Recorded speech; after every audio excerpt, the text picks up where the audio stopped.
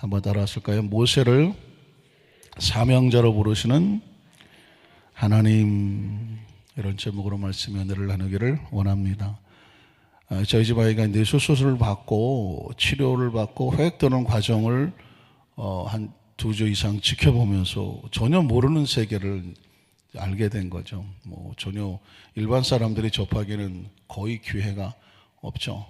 저도 그 뒤늦게 생각해 보니까, 이제와 생각해 보니까 그 과정 속에서 얼마나 중요한 일들이 벌어지고 있는지를 이제 깨닫게 되더라고요. 수술을 마치고 나니까 이제 회복하는 과정 속에서, 치료하는 과정 속에서 거의 한 24시간에 한 15분, 한 20분 간격으로 각 분야의 전문 의사들이 수시로 와서 계속 아이에게 질문을 합니다.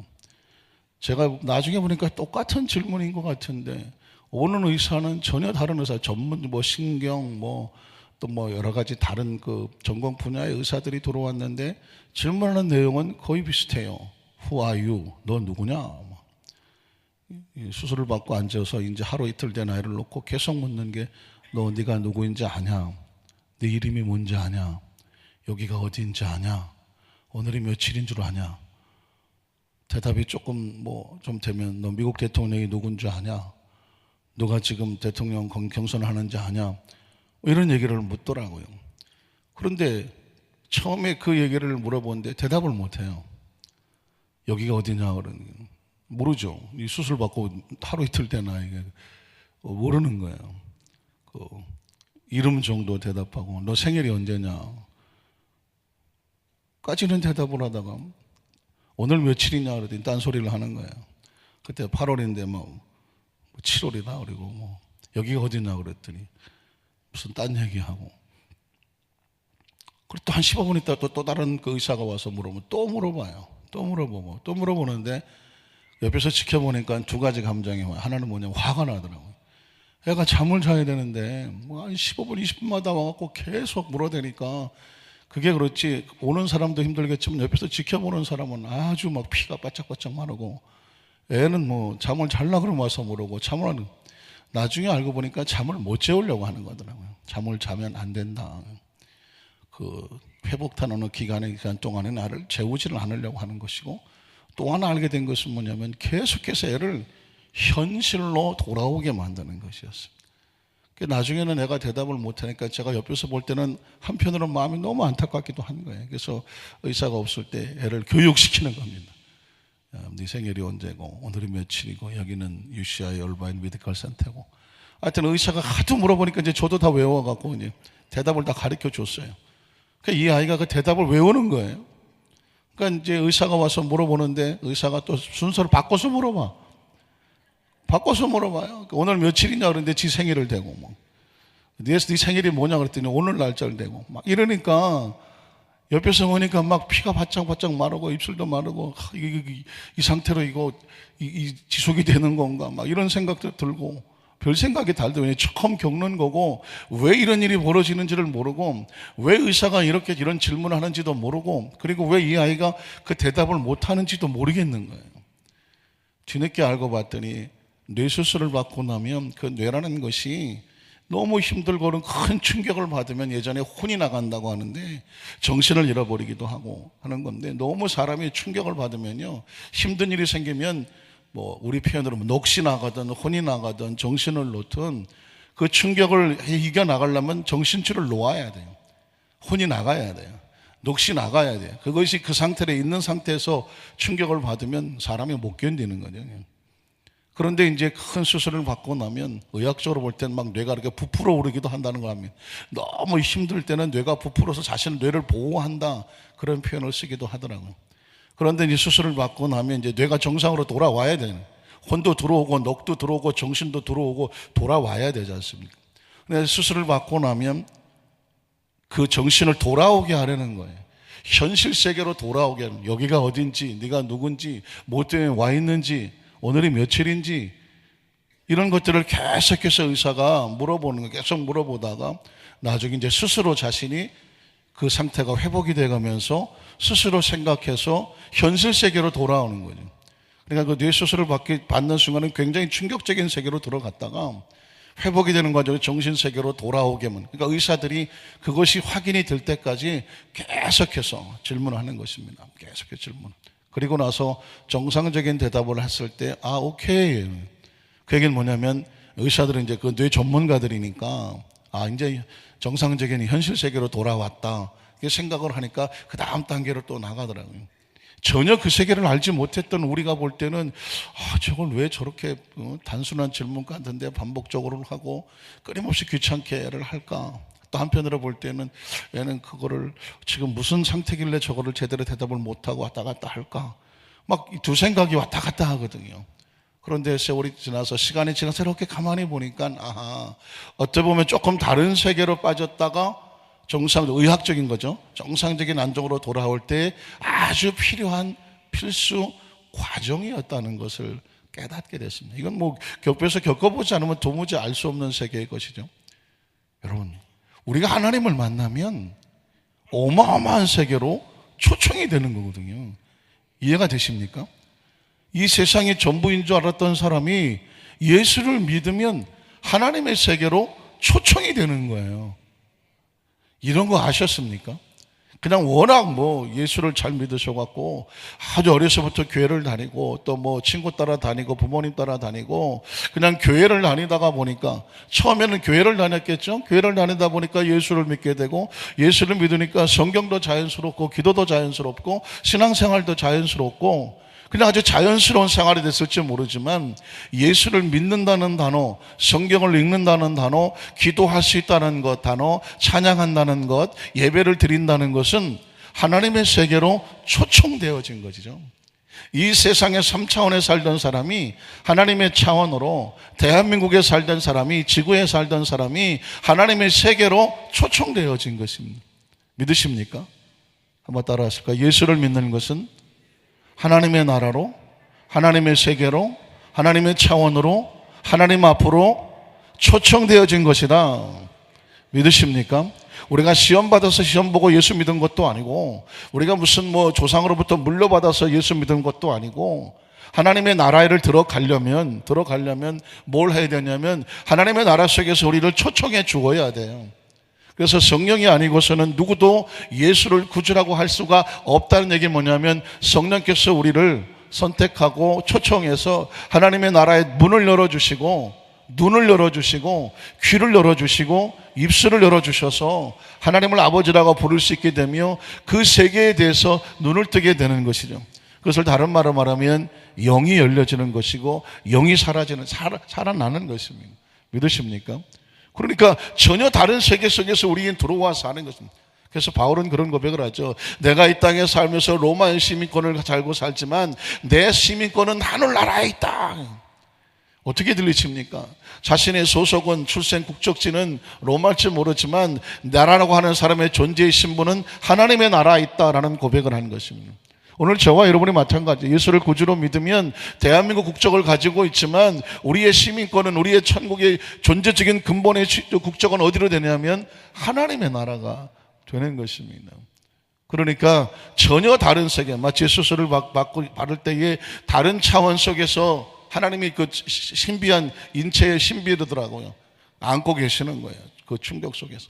그리고 그 수술을 다 받고 나면 이제 현실 세계로 들어오게 될 때 제일 중요한 것은 여기가 어딘가, 네가 누구인가, 무엇 때문에 여기 와 있는가, 그 존재적인 질문, 현실적인 질문을 스스로 알게 돼서 아하, 내가 누구구나, 내가 여기 왜 와 있구나, 내가 지금 어디에 있구나를 스스로 깨닫게 하는 것처럼 예수를 믿고 하나님의 자녀가 되고 하나님의 세계로 초청이 되면 아하, 내가 지금 이 하나님의 나라 속에 들어와 있는데 하나님이 누구시구나, 나는 하나님과 어떤 관계이구나, 우리가 속해 있는 하나님 나라는 이런 나라이구나, 하나님의 나라에 대한 현실을 알게 되는 것입니다.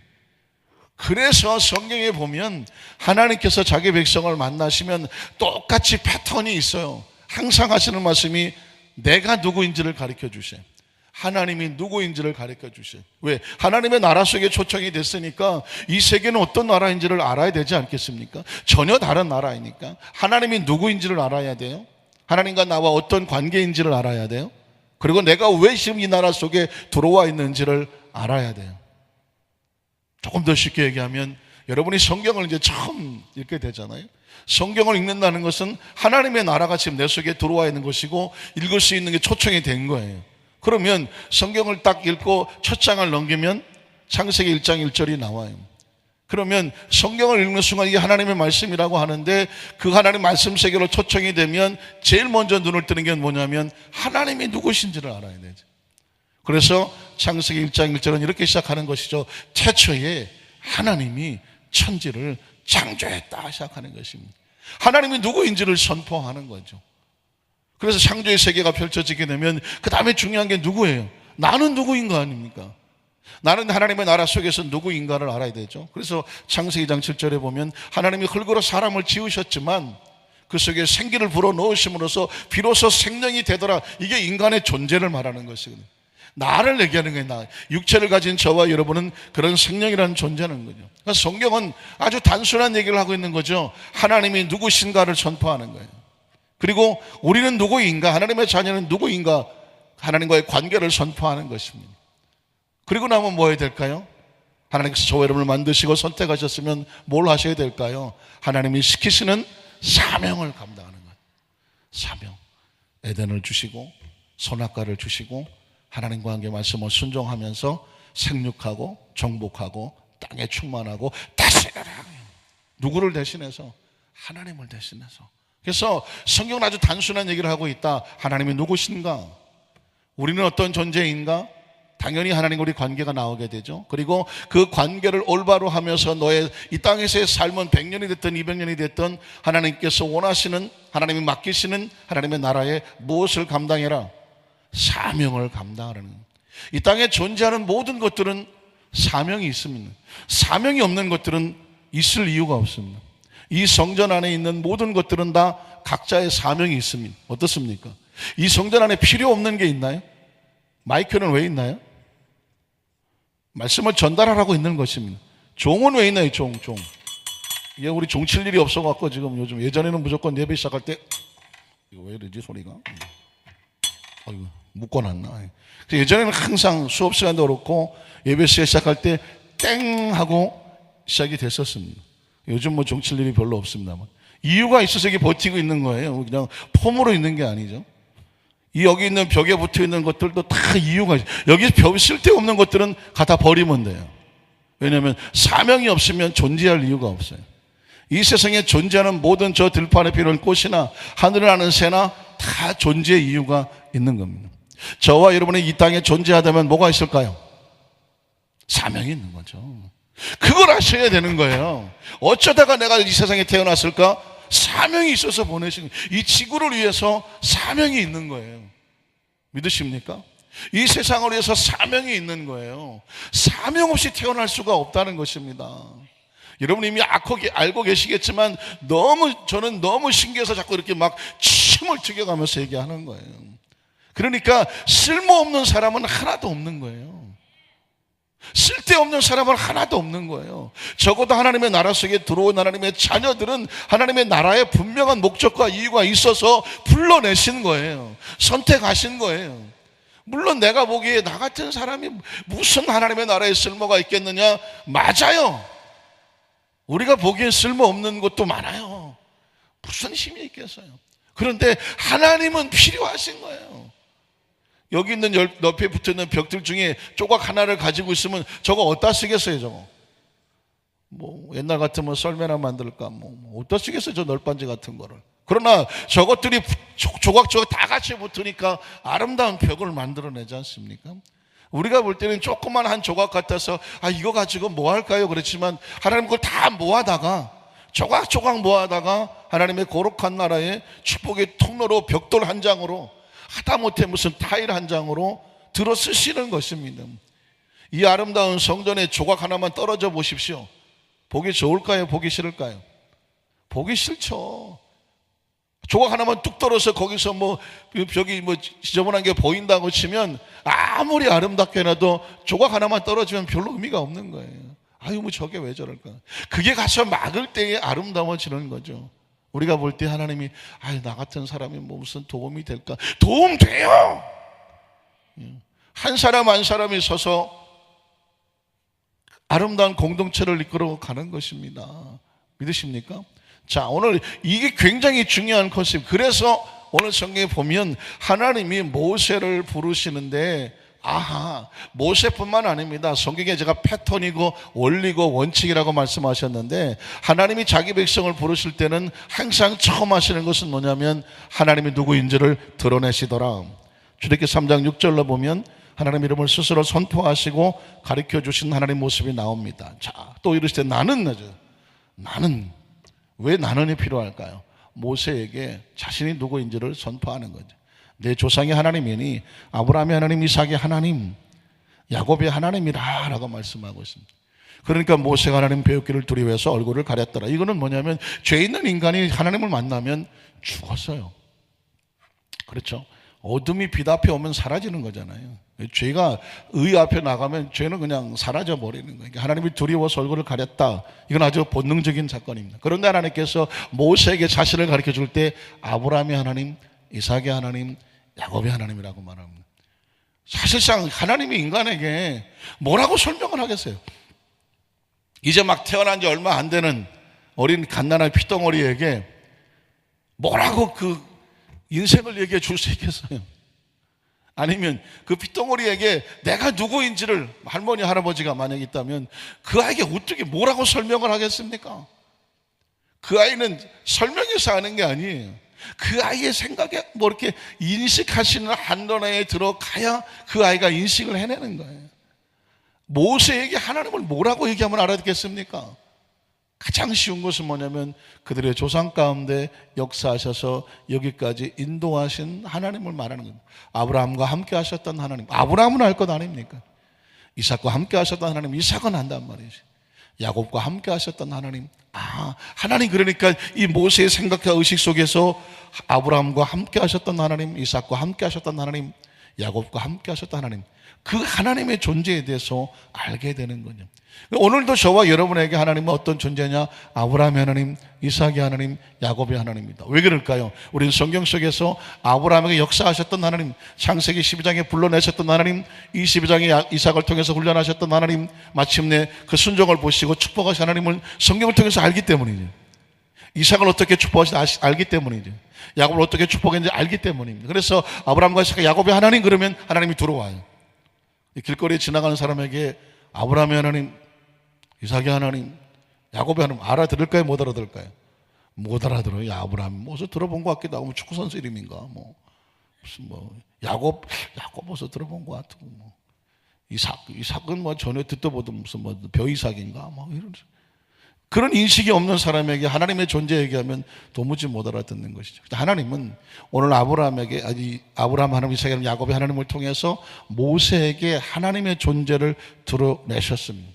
나중에 보면 아시겠지만 하나님은 이삭에게도 네 조상 아브라함이 하나님이라고 말했고, 야곱에게 말할 때는 네 조상 아브라함과 이삭이 하나님이라고 말했고, 요셉이나 다른 후손들에게 말할 때는 아브라함과 이삭, 야곱 이 세 하나님에 대해서 말씀을 나눴습니다. 자, 그렇다고 한다면 하나님께서 이렇게 자신의 존재를 가르쳐 줬다면 두 번째는 뭐라고요? 모세가 누구인지를 알고 그에게 네가 뭘 해야 되는지를 가르쳐 주는 것입니다. 그래서 모세를 부르시는 이유와 사명의 내용을 두 번째 살펴봅니다. 출애굽기 3장 7절을 보면 하나님께서 모세를 부르셨던 이유를 말하는데 이렇게 말씀하세요. 야훼께서 이르시되 내가 애굽에 있는 내 백성의 고통을, 하나님께서 자기 백성이라고 얘기하죠. 그 고통을 분명히 보고 그들의 감독자로 말미암아 부르짖음을 듣고 그 근심을 알고라고 말하고 있습니다. 자, 우린 여기서 왜 하나님께서 이스라엘 백성들을 내 백성이라고 말하면서 애굽에서 고통당하고 부르짖고 근심하는 것을 내버려 두셨을까라고 하는 퀘스천을 묻게 되죠. 그냥 좀 잘 먹고 잘 살게 편안하게 내버려 두면 안 될까? 이런 생각이 들죠. 그런데 여러분, 조금 더 성숙한 관점에서 바라보면 이스라엘 백성들이 애굽에 왜 내려갔습니까? 오늘 성경이 아주 새벽 속에 오늘 깊어지기 시작하죠. 그냥 가만히 있으면 되는 줄 알았더니 자꾸 물어보죠, 목사님이. 이스라엘 백성이 지금 애굽에서 왜 고통을 당합니까? 지금 왜 부르짖습니까? 왜 그냥 근심하여 있습니까? 이게 꼭 필요한 과정이었다는 걸 아셔야 돼요.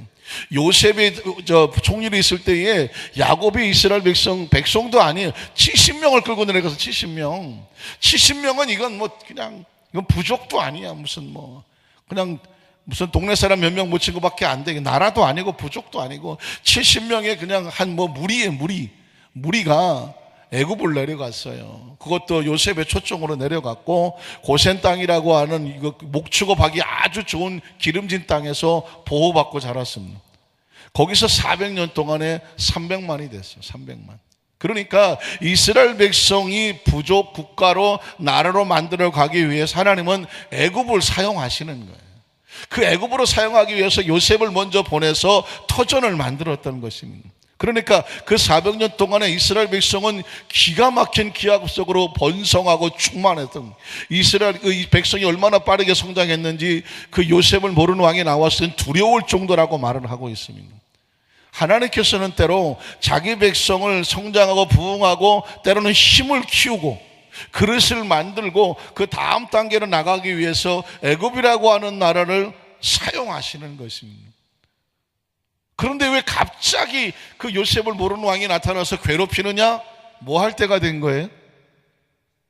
나갈 때가 된 거죠. 그러니까 하나님은 다음 단계로 나가게 하기 위해서 이스라엘 백성들이 애굽에 정을 띠는 거죠. 정을 띠는 것이고, 여기가 평안히 있을 곳이 아니야. 너희는 이 애굽을 뛰쳐나가서 이제는 광야를 뚫고 나가고 가나안이라는 곳에서 새로운 세계를 이루어야 될 때가 온 거예요. 그러니까 하나님 안에서는 모든 것이 축복이라고 제가 계속 외치지 않았나요? 하나님 안에 in Jesus Christ, 하나님 안에 예수 그리스도 안에 있다고 하면 내게 벌어지는 모든 것들은 다 축복이에요. 이스라엘 백성은 지금 막 근심하고 부르짖고 못 살겠다고 괴로워하지만 다 때가 되면 그 다음 단계로 나가기 위한 축복인 거예요. 믿으십니까? 그래서 제가 하나님의 계획에서 좀 멀리 내려다보자라고 말했죠. 우리의 인생을 이렇게 좀 내려다 멀리 봐야 돼요. 당장 눈앞에서 있는 문제가 아니라, 아하, 이렇게 해서 왔구나, 지금 이런 과정이구나, 이렇게 끌고 가고 계시는 것이구나 라고 바라보면 내가 만났던 내 인생의 모든 사람들조차 그 사람들은 나를 돕는 헬퍼예요. 나를 돕는 사람들이었고 내가 만난 모든 일들은 예수 그리스도 안에서 다 축복입니다. 믿으십니까? 이렇게 생각을 해야 지나간 과거도 행복하고 아름답고 감사하고, 지금 내 현실에 주어진 상황이 근심하고 고통하고 부러질지 모르지만 감사함이고, 앞으로 미래의 삶을 살아도 두려워하고 절망하지 않을 이유는 뭐냐? 하나님 안에서 고맙고 감사할 일 뿐이에요. 믿으십니까? 지금 이스라엘 백성은 막 근심하고 부러지고 막 못 살겠다고 하지만 하나님이 볼 때는 아하, 때가 돼서 그 다음 단계로 나가게 되는. 혹시 아십니까? 전기밥 밥솥인 거예요. 압력밥솥. 밥하면 밥이 이제 다 땀 들어서 이게 좀 다 끝날 때쯤 막 떼글떼글 뭐 그렇게 꼭지가 흔들리지 그런 거 혹시 아십니까? 밥이 이제 거의 다 할 때 잘 모르시나 밥을 안 드시나. 라면 끓이면 이제 물 끓이면 한참 있다가 보면 버글버글 하고 막 소리 지르지 않습니까? 뜨거워 죽겠다고 막 소리 지르지 않습니까? 뭐 할 때가 된 거예요? 라면을 집어넣을 때가 된 거예요. 아무 소리 없는데 라면 집어넣으면 라면 풀어져서 못 먹어. 물이 끓어야지. 물이 끓은 데다가 집어넣어야 되는 거지. 이 끓는다는 얘기는 뭐냐면 때가 됐다는 것이. 오늘 그래서 하나님께서 어떻게 하십니까? 8절에 보면 내가 내려가서 그들을 애굽인의 손에서 건져내고, 왜? 때가 됐으니까. 건져낼 때가 됐으니까 그들을 그 땅에서 인도하여 아름답고 광대한 땅, 젖과 꿀이 흐르는 땅, 가나안 족속, 헷 족속과 아모리 족속과 브리스 족속과 히위 족속, 여부 족속의 지방에 데려가려. 이게 원래 하나님의 뜻이에요. 70명 데려다가 가나안 땅에 갔다는 아무것도 안 돼. 여기서 300만을 만들어서 그리고 이제 가나안 땅에 가서 그 땅을 하나님 주시려고 이미 400년 전에 아브라함에게 약속하셨던 땅이에요. 자, 그래서 9절에 보면 뭐라고 말합니까? 이제 가라. 이젠 가도 되는 거예요. 이스라엘 자손의 부르짖음이 내게 달하고 애굽 사람이 그들을 괴롭히는 확 내가 보았으니 어떻게 할까요? 그 다음 절 10절에 보니까는 이제 내가 너를 바로에게 보내어 너에게 이 백성 이스라엘 자손을 애굽에서 인도하여 내게 할 것이다. 여기서 굉장히 중요한 것은 뭐냐면 하나님이 보내신다는 것입니다. 한번 따라 하실까요? 하나님이 보내십니다. 자, 11절에 보면 역시 아까 그랬지만 우리가 무슨 쓸모가 있을까? 그런 생각이 들죠. 모세가 하나님께 아뢰되 내가 누구에게 바로에게로 가며 이스라엘 자손을 애굽에서 인도해 내겠습니까? 하나님, 내가 보기엔 이 성전에 붙어있는 그 널판지 조각 하나같이 보이지 않습니까? 내가 어떻게 그 일을 하겠습니까? 라고 말했죠. 그랬을 때 12절에 보니까 이렇게 말하죠. 하나님이 이르실 때 내가 하는 거야. 내가 반드시 너와 함께 있을 것이다. 내가 그 백성을 애굽에서 인도하여 내게 한 후에, 하나님이 하시니 주권이 하나님께 있는 거예요. 너희가 이 산에서 하나님을 섬기게 될 것이니 이것이 내가 너를 보낸 증거다. 말씀을 정리하기를 원합니다. 사랑하는 성도 여러분, 우린 모두 하나님의 나라에 초청된 존재들이에요. 어마어마한 거예요. 사실 이걸 잘 못 깨달으시는 것 같은데 지금 이 땅에 살지만 전혀 새로운 세계에 사는 거예요. 새로운 차원에서 사는 거예요. 그래서 제가 4차원의 신앙 4절, 새로운 차원, 새로운 관점, 새로운 소속, 새로운 주권 속에서 사는 거예요. 그리고 하나님께서 원하시는 모습으로 지금 만들어져 가는 거예요. 그래서 막 그게 못 견디고 힘들고 아프고 막 근심스럽고 초조하고 염려할 수가 있지만 예수님 안에서 우리 하나님 만들어져 가는 거예요. 이 과정을 통해서 뭐가 되냐면 하나님께서 그 다음 단계로 나갈 수 있도록 하나님이 만들어 가시고, 궁극적인 목적은 뭐냐? 하나님이 나를 사용하셔야 돼. 사용하셔야 돼. 여러분 간혹 가다가 어디 저 음식물 창고 같은 데 이렇게 보다 보면은 날짜 지나갖고 먹으려고 봤더니 라면이 2015년 뭐 이런 거 혹시 발견한 적 없으십니까? 2015년 6월 17일 먹어요, 안 먹어요? 드셔? 뭐 드셔야지 어떡하시겠어요? 2016년 지금 뭐 10월인데 2015년 6월 이런 걸 발견하면 이거 고민해야 돼. 버려야 되나 먹어야 되나? 뭐 해야 돼요? 버려야지. 그걸 갖다가 믿습니다라고 또 2015년 거 막 먹어 치우셔서 아무 일도 없을 수 있어요. 뭐 잘 끓여 먹으면. 그렇지만 기한이 사용기간이 지나버리면 사실은 쓸모가 없어지고 폐기치본다, 이거 쉽죠.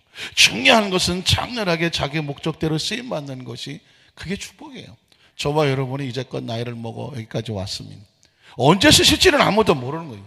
지금도 쓰시고 앞으로도 쓰시는 거죠. 중요한 건 주님의 손에 쓰임받는. 모세는 80에도 쓰임을 받았는데 하나님이 쓰신다고 하면 쓰시는 거예요. 축복의 통로 되시기를 주의 이름으로 축원합니다.